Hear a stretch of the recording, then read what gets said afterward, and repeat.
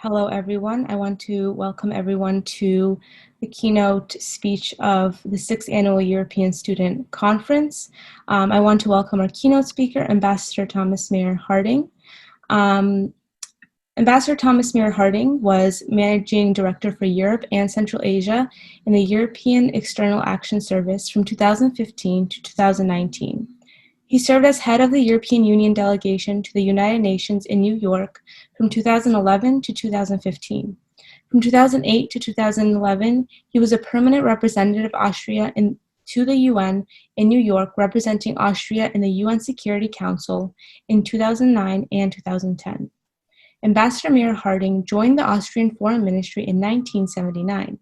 He served inter alia at the Austrian Embassy in Moscow and as ambassador to Belgium and NATO, special representative for the Western Balkans and political director. I want to welcome Ambassador Thomas Mayr-Harting, and I will leave it to him to begin his speech. Thank you all, and please leave any questions in the Q&A tool below.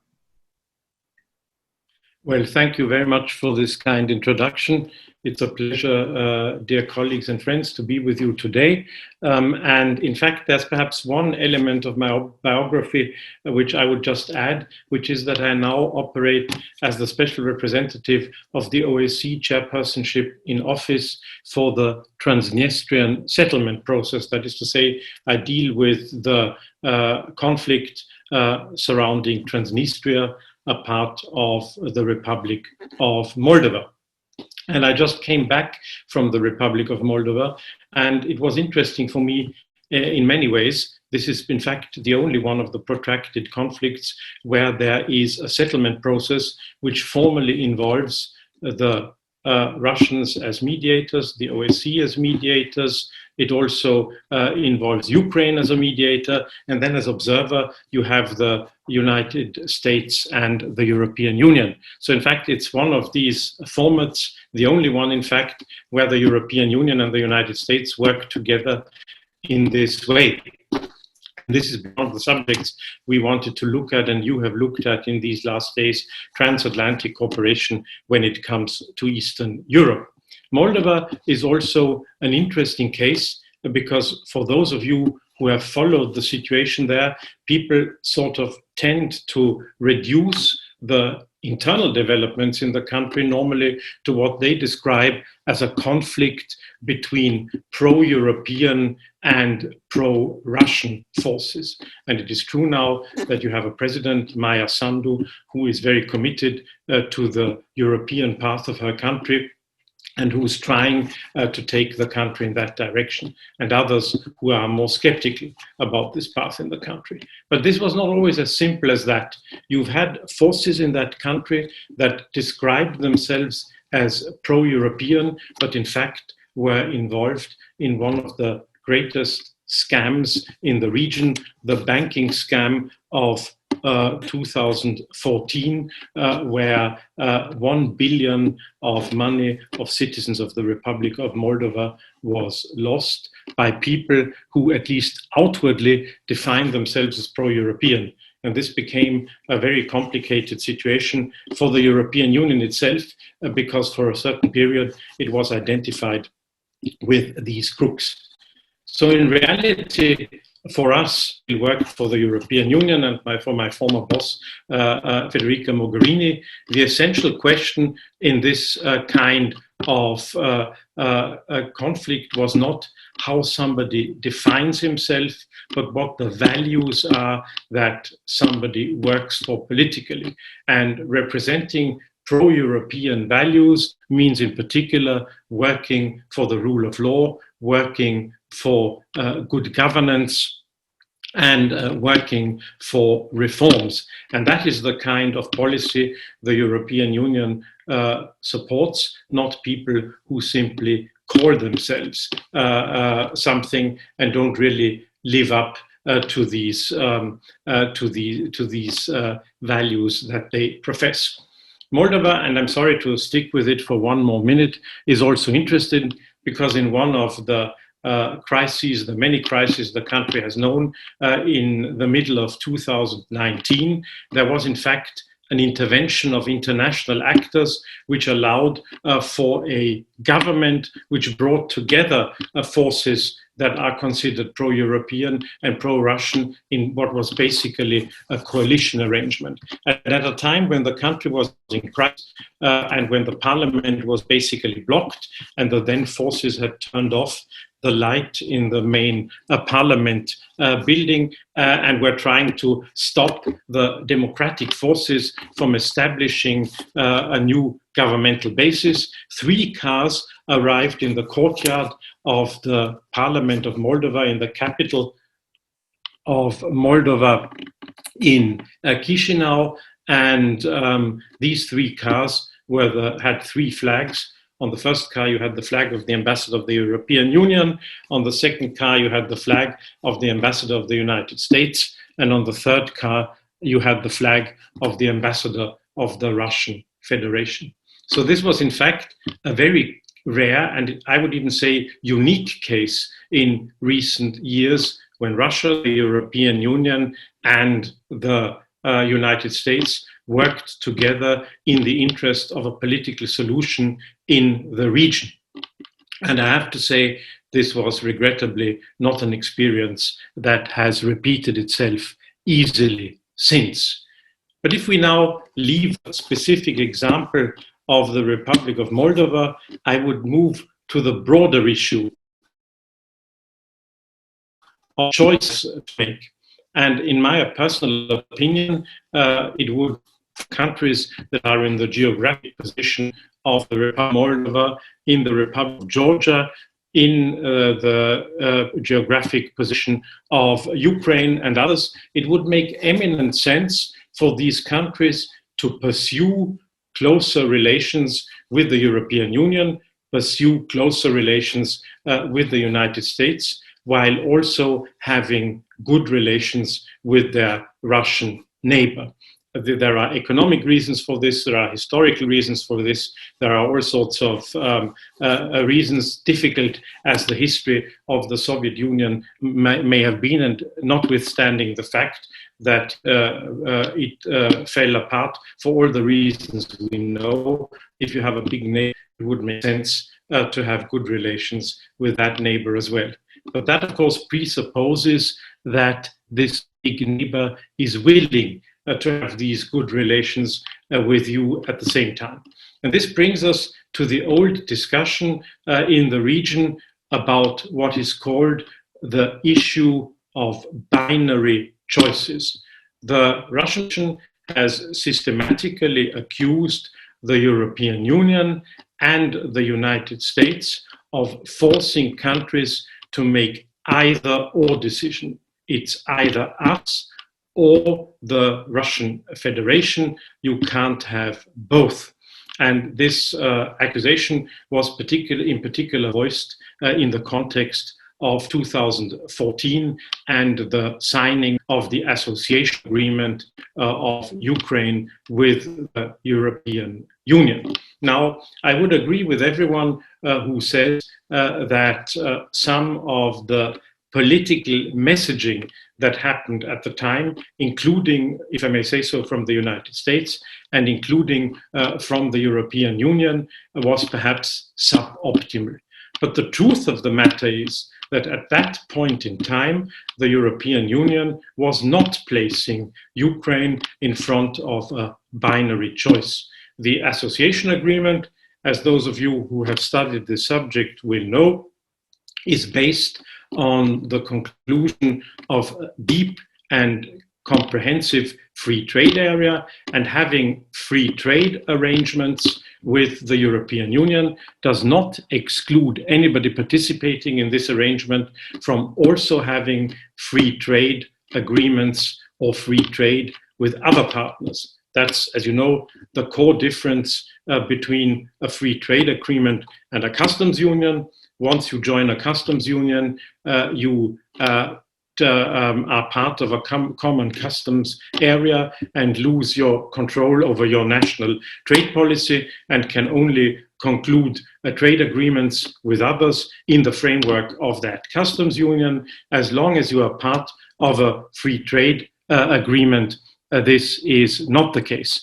And those of you who have followed the discussions surrounding Brexit will remember this and fully understand this. One of the reasons why the United Kingdom decided that it did not want to be part of the single European market and of the customs union with the European Union anymore was precisely that it wanted to conduct an autonomous trade policy. Now, returning to the case of our Eastern European partners, what we offered them was not a customs union, it was a free trade area. Deep and comprehensive free trade, admittedly a free trade area that should have brought them closer and shall bring them closer, hopefully step by step, to free trade with so the approximation to the internal market of the European Union, but they could have continued with free trade with other partners, in particular also the Russian Federation. And why it did not work was the reason that it did not work in 2014. That was that, frankly, in my assessment, the Russian Federation did not want that kind of triangular arrangement. Again, those of you who have followed this discussion will know that Russia, the European Union, and Ukraine negotiated for a whole year in 2015, trying to find a triangular arrangement that would have made it possible for Ukraine to have preferential trade relations both with the European Union and with Russia, but this did not work, and there was no agreement possible. In fact, what then happened is what all of you know, that the Russian Federation acted in the way it did by illegally annexing Crimea and by basically creating a constant instability in eastern Ukraine and support developments in Ukraine that you know about. And since then, this has had a very negative impact also on the relationship between the European Union and, as was last witnessed when High Representative Borrell traveled to Moscow a couple of months ago. At the same time, those who follow these issues will also remember that that Armenia was placed in front of a comparable dilemma. And Armenia at the time decided not to conclude an association agreement with the European Union, and in fact, I think very much under strong following strong political signals coming from Moscow, decided to become a member of the Eurasian Union and therefore join forces in this context with the Russian Federation. And the Eurasian Economic Union is a customs union, which led to the consequence that Armenia was no longer able to conclude a preferential trade agreement of its own with the European Union, precisely because it became part of a customs union. So that in reality, if somebody placed countries of Eastern Europe before a binary choice in 2014, it was not the European Union in the case of Ukraine, it was the Russian Federation in the case of Armenia. And ever since, I mean, the situation has remained as complex as it is.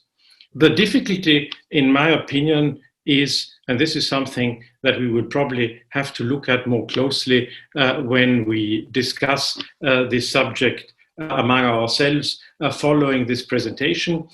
The real difficulty that the European Union continues to face is that the Russian Federation has a concept, and the region faces, has a concept of zones of influence that is certainly no longer shared in the same way by the European Union, and does not, in my opinion, reflect the world as it should be like after the major changes of 89 and 91. For the Russian Federation, the logic it applied in the case of Ukraine, that it applied in the case of Armenia, that it applied in the case of other countries in the region, was one of a zone of influence. And even going beyond this concept of zone of influence. There is, I think, a difficulty in discussing with Russia, even and discussing with many Russians, even the idea of these countries developing an identity, a national identity of their own. I think that if you discuss, even with leading intellectuals, even with leading open-minded Russian representatives in the following in the Russian public, what has happened in Ukraine since 2014, what has happened even in Belarus since not only 2014, since 91, since these countries gained independence. There's a lack of understanding of the type of identity that these countries, the sentiment of identity that these countries have developed. I once had a very interesting, I have to say, conversation with a very leading Russian foreign policy representative. And I said to him in this conversation, I think the problem is that you have not really grasped since 91 that a country like Ukraine has developed its own identity in a way that you did not perceive before 1991.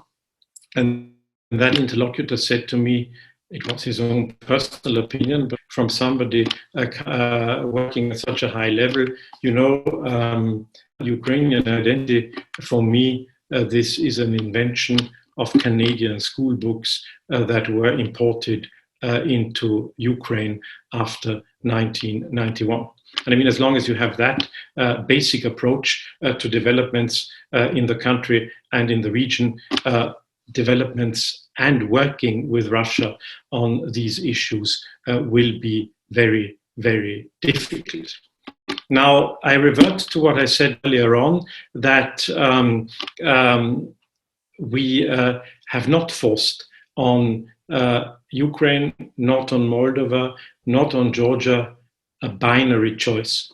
Now, I had this conversation once with an ambassador of one of these countries to Brussels, a very intelligent person, and my interlocutor said, it may be that you say you're not forcing a binary choice on us, but we would like to make a binary choice.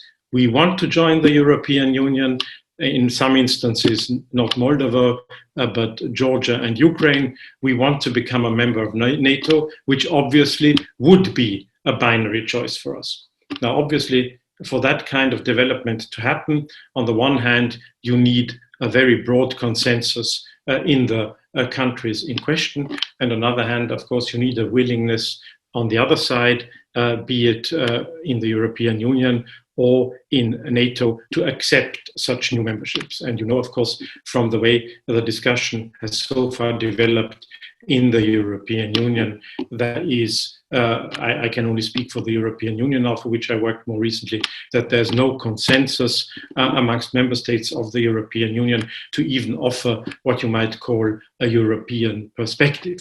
Frankly, the only part of Europe which has a standing offer of membership and a promise of membership are the Western Balkans. Not even Turkey, which is a candidate, as you know, has that kind of promise, and there's no consensus to provide such a promise at this stage, in any case, to the countries of Eastern Europe. I mean, there are many who would see it that way, and I don't think that in the long term this is excluded. There's no consensus now, in any case, to grant it. But on the other hand, you can also say that the biggest driving force for this wish to make a binary decision in favor of membership in the European Union, in favor of membership in the Atlantic Alliance, that the biggest driving force is basically Russian policies towards these countries right now. So if anybody has pushed the development of Ukrainian identity in the way I have described it, has pushed the wish of these countries to make binary choices, it is the Russian leadership and the policy of the Russian leadership. Perhaps before concluding my introduction, you will obviously expect me also to say a word about the most burning issue right now, which is the issue of Belarus. Clearly, this is a very complex case, and obviously the European Union over the past years and even decades has made lots of compromises when it came to dealing with that country. Even before the most recent developments has been called the last European dictatorship. For a number of reasons that we can discuss in greater detail afterwards, the European Union has nonetheless tried to develop what you would call a critical dialogue and some kind of critical engagement with that country in full understanding of the very difficult situation the population and the people living there have already faced even before the most recent developments. And this was undoubtedly partly also due to some geopolitical considerations, to the constructive role that Belarus played already in 2008 at the time of the conflict in Georgia, and to the relatively constructive view that Belarus played from 2014 onward as a venue for the Minsk meetings, but also as a partner which did not apply Russian counter-sanctions and which helped to maintain trade with Ukraine. And there was a moment, although it's difficult to believe now, when President Lukashenko traveled to Kiev and was received with an ovation, a standing ovation in the Rada.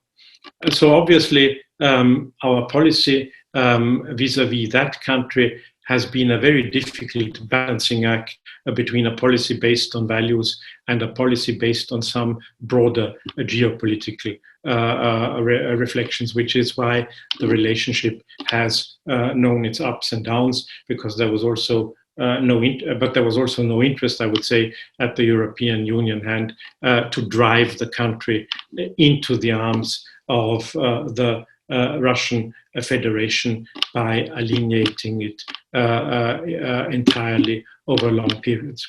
But on the other hand, what has happened since the fraudulent elections, the massively fraudulent elections more recently, what has happened most specifically now with this act of air piracy that we have experienced, and the the violation of even the most elementary rules of cooperation within Europe and the most elementary democratic and human rights principles in the countries, has left the European Union with absolutely no option and no wish than to pursue a very clear policy of values in this context. It's the one case where the European Union has not even recognized, as you know, the outcome of the recent presidential elections, and where the remaining option for us is clearly, to represent human rights, the rule of law,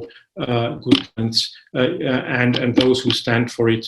And in this case, I think that the European Union never pursued a sort of 100% geopolitical policy in the region. This is something that some have decried, but in this case, I think the priority of values over geopolitics is more than obvious.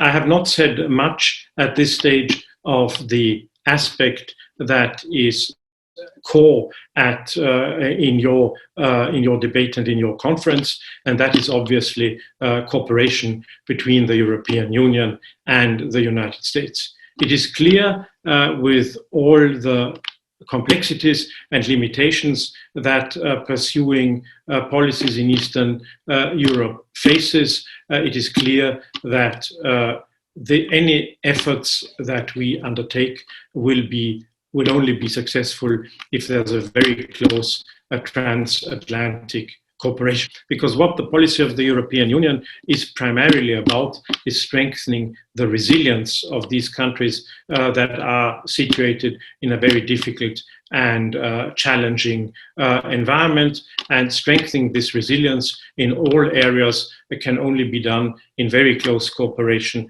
with the United States, which shares our values. And obviously, I mean, when it comes to Ukraine, what the European Union has done, massively done, is to support that country and to try to stabilize it together with the G7, and there, of course, also in a very close cooperation with the United States.